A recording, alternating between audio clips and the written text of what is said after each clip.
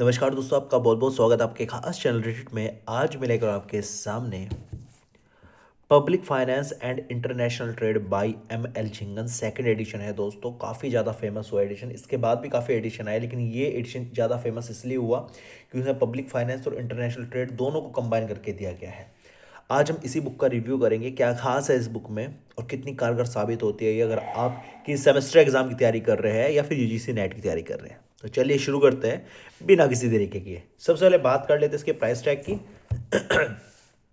225 रुपये इसका एमआरपी है और लगभग आपको 180 से लेकर 110 के बीच 210 के बीच आपको देखने को मिलती है। अब बात कर लेते हैं इसमें नंबर ऑफ पेजेस की। तो नंबर ऑफ पेज की बात करें तो 370 पेजेस में आपको देखने को मिलते हैं। अब बात कर लेते हैं क्या क्या खास है इस बुक में, क्या कंटेंट है। सबसे पहले आप देख सकते हैं जो पेज क्वालिटी है वो ठीक ठाक है, ब्लैक एंड वाइट बुक है, कलर्ड बिल्कुल नहीं है। और क्या देखने को मिलता है उसकी बात कर ले थोड़ा सा। सबसे पहले यहाँ पर एक प्रीफेस दिया गया है सेकंड एडिशन का, 2016 में ये रिप्रिंट हुआ था। आगे चले तो यहाँ पर कंटेंट शुरू होता है, कंटेंट ही कंटेंट दिया गया है, यहाँ तक कंटेंट है। अब हम कंटेंट के बारे में थोड़ी बात कर लेते हैं, कंटेंट में आपको क्या क्या देखने को मिलता है ताकि आप इसको मैच कर सकें अपने सिलेबस से कि क्या सिलेबस इससे मैच किया जा सकता है या नहीं। सबसे पहले पार्ट 1, यूनिट 1 भी बोल सकते हो, है पब्लिक फाइनेंस का। इसमें meaning, scope and importance of public finance, public goods, private goods and market failure, the principle of maximum social advantage, taxes, theories of taxation, incidence and effects of taxes, classical theories of incidence of taxation, taxable capacity, meaning and classification of public expenditure।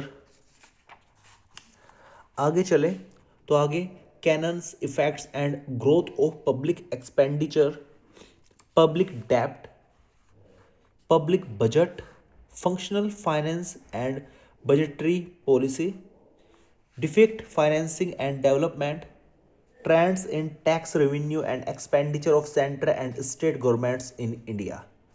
ये part 1 था। Part 2 की बात करें, international trade की बात करें, तो इसके अंदर distinguish features of inter regional and international trade, the theory of comparative cost, Mill's theory of reciprocal demand, Haberler theory of opportunity cost, the Hesker-Ohlin theory, the terms of trade, the gains from international trade, tariffs, import quotas, balance of payments, foreign exchange rate policy, foreign trade and economic development, foreign aid in economic development, foreign trade multiplier, the international monetary fund, इसको IMF के नाम से भी जानते हैं, the world bank.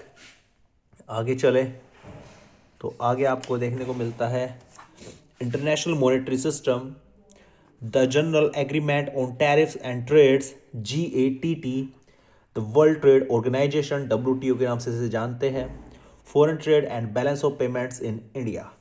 तो contents है, contents के अंदर की जो टॉपिक्स है उनका आप स्क्रीनशॉट ले सकते हैं। अगर इनको भी पढ़ा जाए तो काफ़ी लेंथी वीडियो जाएगी, जो खुद आपको बोरिंग लगेगी थोड़ा सा, तो आप स्क्रीनशॉट ले लीजिए। 4K में वीडियो कर लीजिए, 4K में अपलोड करता हूँ, यहाँ पे भी 4K में कीजिए, स्क्रीनशॉट ले लीजिए और जूम करके आप देख सकते हैं। यहाँ पे भी आप स्क्रीनशॉट ले लीजिए 4K में करने के बाद। तो ये था आपका यहाँ तक का कंटेंट। अब बात कर लेते हैं जो चैप्टर्स है उनका पैटर्न किस प्रकार का है, किस प्रकार का मटेरियल आपको दिया गया है।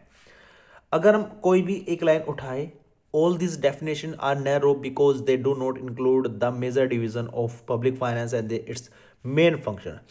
बात करें लैंग्वेज की, लैंग्वेज सिंपल है, सिंपल टू एवरेज है, ज़्यादा डिफिकल्ट नहीं कहेंगे। अगर आप 1 से 2 बार बुक को पढ़ लेते हैं तो आपको चीज़ें लगभग 70 से 80% क्लियर हो जाएगी, समझ आ जाएगी। जितनी ज़्यादा बार पढ़ेंगे उतनी बार आपकी ये टॉपिक्स क्लियर हो जाएंगे। चैप्टर का पैटर्न इस प्रकार है, सबसे पहले चैप्टर का नाम है, चैप्टर से जो टॉपिक रिलेटेड है उसका मीनिंग दिया गया है। उसके बाद नीचे रेफरेंसेस दिए गए हैं, जैसे यहाँ पे नंबर 3 डला हुआ है, तो जो स्टेटमेंट है नंबर 3 मतलब यहाँ से उठाया गया है, H. Dalton, the principle of public finance 1951। तो यहाँ पर रेफरेंस भी बताया गया है कि कौन सा टॉपिक कहाँ से उठाया गया है। आगे चले तो टॉपिक को थोड़ा पैराग्राफ वाइज डिवाइड किया गया है, जिससे चीज़ों को समझना थोड़ा सा ईजी हो जाता है। आपको एकदम से काफ़ी भार नहीं लगता, बर्डन नहीं लगता कि इतना सारा मुझे याद करना है। तो जो हेडिंग वाइज है चीज़ों को डिस्ट्रीब्यूट किया गया है, समझाया गया है, जो अपने आप में एक अच्छी बुक की पहचान होती है। यहाँ पर चैप्टर फिनिश हो जाता है और चैप्टर के फिनिश होने के तुरंत बाद एक्सरसाइज शुरू होती है, जिसमें कुछ क्वेश्चंस दिए होंगे और उन क्वेश्चंस के आपको आंसर देने होंगे चैप्टर के बेस पर। इसके आधार पर आप खुद का मूल्यांकन भी कर सकते हैं कि आपने कितना सीखा इस चैप्टर से। सेम आगे आप चलेंगे, पैराग्राफ वाइज चीज़ यहाँ पर दी गई है। डायग्राम का भी थोड़ा बहुत प्रयोग किया गया है।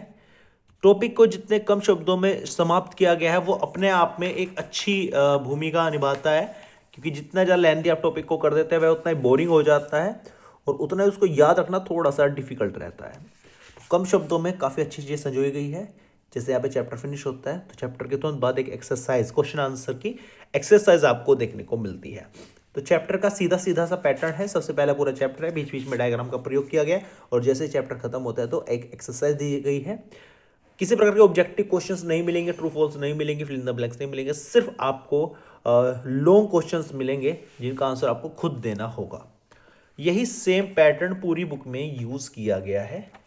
शानदार बुक है, अच्छी बुक है, कम शब्दों में ज़्यादा समझाने वाली बुक है और जैसे चैप्टर खत्म होता है बुक भी खत्म हो जाती है।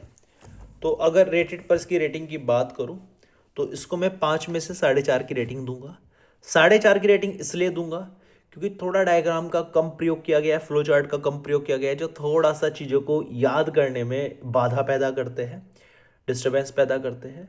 लेकिन अगर डायग्राम्स आ जाते हैं तो चीज़ें और ज़्यादा ईजी लगने लगती हैं। 5 में से 4.5 रेटिंग दूंगा, 4.5 रेटिंग की हकदार है। उम्मीद करता हूँ वीडियो आपको अच्छी लगेगी। वीडियो अच्छी लगी प्लीज़ लाइक कर देना और चैनल को सब्सक्राइब जरूर कर देना, ताकि इस प्रकार की बुक रिव्यू का वीडियो हम आपके लिए लेकर आते रहे। Thank you so much for watching this video.